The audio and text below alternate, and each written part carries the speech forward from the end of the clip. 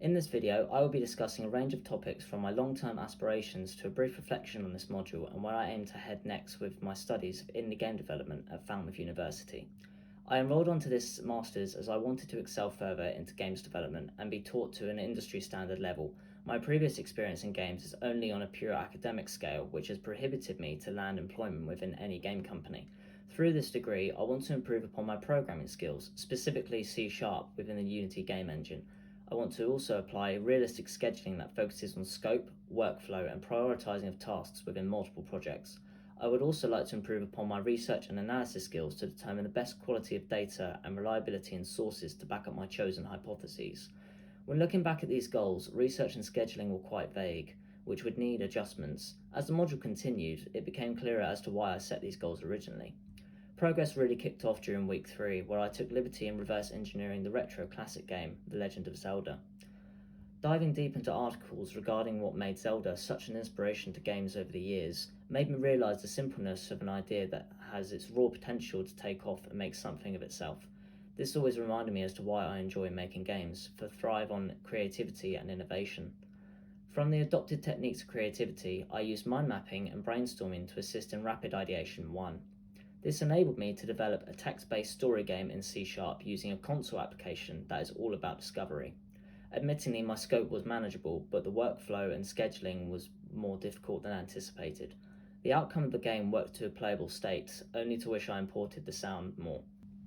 The prototype was to be developed over a course of 2 weeks. For me, this was developed within 2 days. Carrying out this type of project gained some insight on how C# works without game engine support. I will be interested to see where my learning takes me for future projects. The 5th week of the module was all about reflection upon our own reflection. I was given peer feedback from a student in indie games development and user experience design. The feedback showed that I was leaning more towards a descriptive style of writing rather than reflective.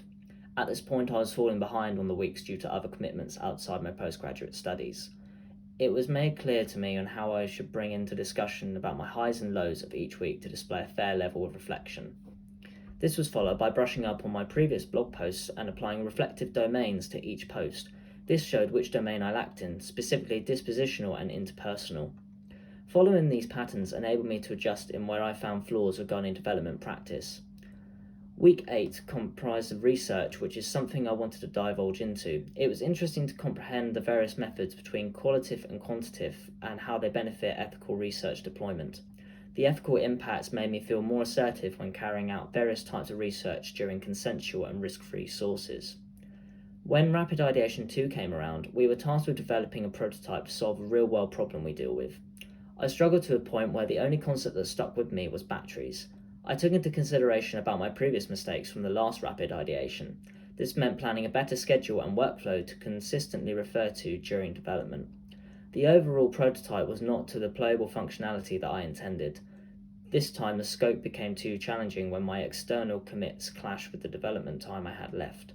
The only benefit out of this project was familiarising myself more with Unity, since the last time I touched it was week 3. This made me realise I need to improve my project and time management skills so they function together and, like this course, work around me. I aim to meet these goals by using the project management tool of Hack and Plan to monitor my progress and ensuring I contribute enough time in a healthy and professional manner. Once these goals are up to a maintainable standard, I can then consider improving my programming skills and at the same time my research and analysis. I intend to keep a strong bridge of communication between my peers to ensure feedback is at a crucial level, as well as participating in social events like game jams outside our studies. Now I have a clear understanding where I want to head with this course. I shall increase my learning path to be the best of my abilities with the remainder modules. Thank you for watching.